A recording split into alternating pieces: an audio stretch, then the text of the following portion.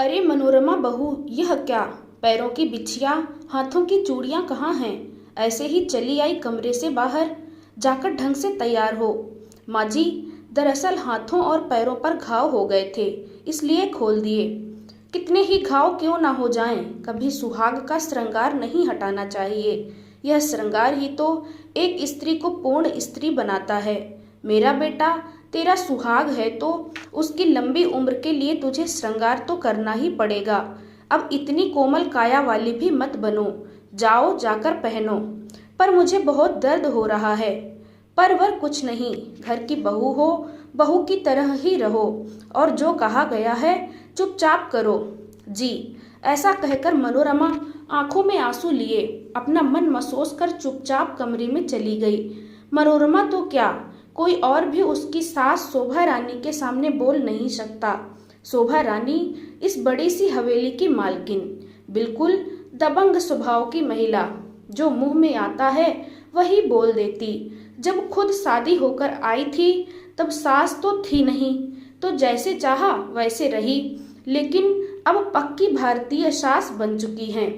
कहने को मनोरमा इस बड़ी सी हवेली में 3 महीने पहले बहू बनकर आई थी। उस समय शायद उसे भी अपने भाग्य पर गर्व होता था। जो कहता था वह यही कहता था कि भाग्य तो यह लड़की लिखवा कर लाई है, जो इतनी बड़ी हवेली और खानदान की बहू बनी है। उसके माता पिता तक इसके भाग्य पर इतराते थे। आखिर इतराना जायज भी था। गांव के इतने बड़े जागीरदार अमर सिंह जी की बहू और उनके बेटे विजेंद्र सिंह जी की पत्नी बनने का सौभाग्य आखिर मनोरमा को ही तो मिला था। मनोरमा दिखने में बेहद खूबसूरत थी। दूध से उजला रंग, काजल से काले बाल, काया ऐसी कि हर नवयौवना को लजा दे। जब जागीरदार अमर सिंह जी की मनोरमा पर नजर पड़ी तो उसे देखते ही उन्होंने उसे अपने घर की बहू बनाने का निर्णय ले लिया था।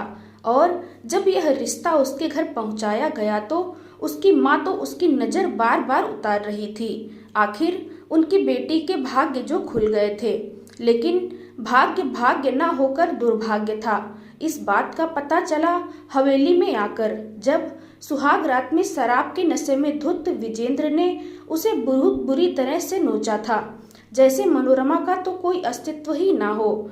उसके चीखने चिल्लाने की आवाज ढोल और नगाड़ों की आवाज में दब कर रह गई। बाद में मनोरमा ने इस बारे में अपने माता पिता से भी बात की, पर शोभा रानी के कहने पर उन लोगों ने भी इज्जत का वास्ता देकर उसे चुप करा दिया। शोभा रानी अपने बेटे विजेंद्र की हर गलतियों पर पर्दा डाल देती।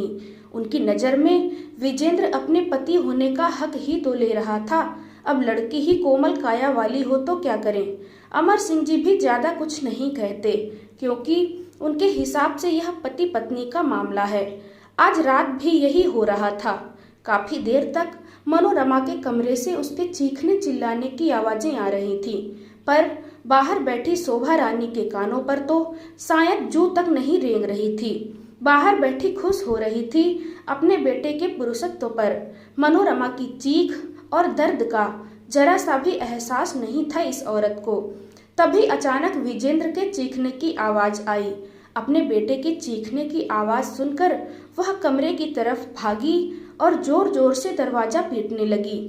दरवाजा खोलो बेटा, क्या हुआ तुझे? दरवाजा खोलो, मैंने कहा दरवाजा खोलो।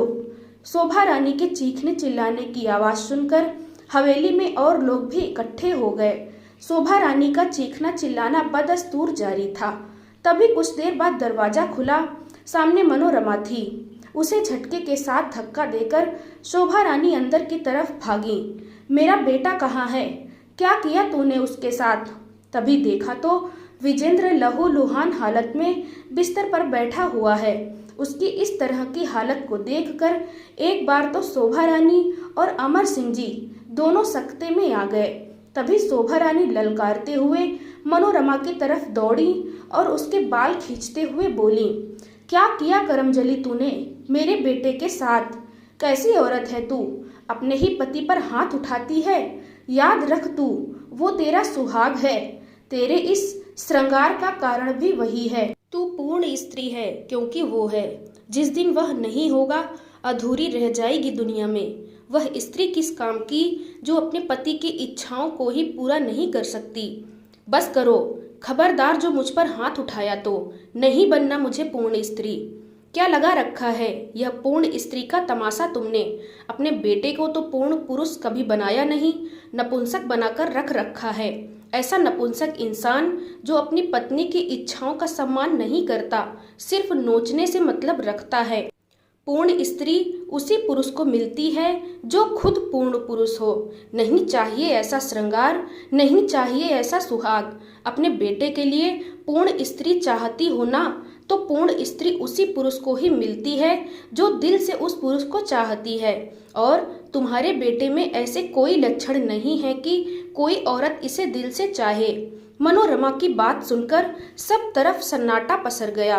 तभी शोभा रानी चिल्लाईं, बस अब यह घर में नहीं रह सकती, इसे अभी के अभी निकालो यहाँ से।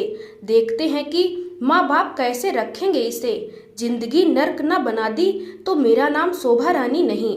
हाँ, निकाल दो मुझे। वैसे भी कौन सी जिंदगी स्वर्ग जैसी बीत रही है आपके पास। कम से कम रोज इस बलात्कारी का मुंह तो नहीं देखना पड़ेगा। हाय, यह कलंकिनी अपना दुर्भाग्य खुद तैयार कर रही है।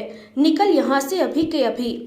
इससे पहले कि वो लोग वहां से मनोरमा को धक्के मारकर निकालते, मनोरमा खुद ही उस नरक नुमा हवेली से निकल गई। पता था माता पिता तो स्वीकार नहीं करेंगे, इसलिए माता पिता के पास न जाकर एक नई शुरुआत की तरफ कदम रख चुकी थी।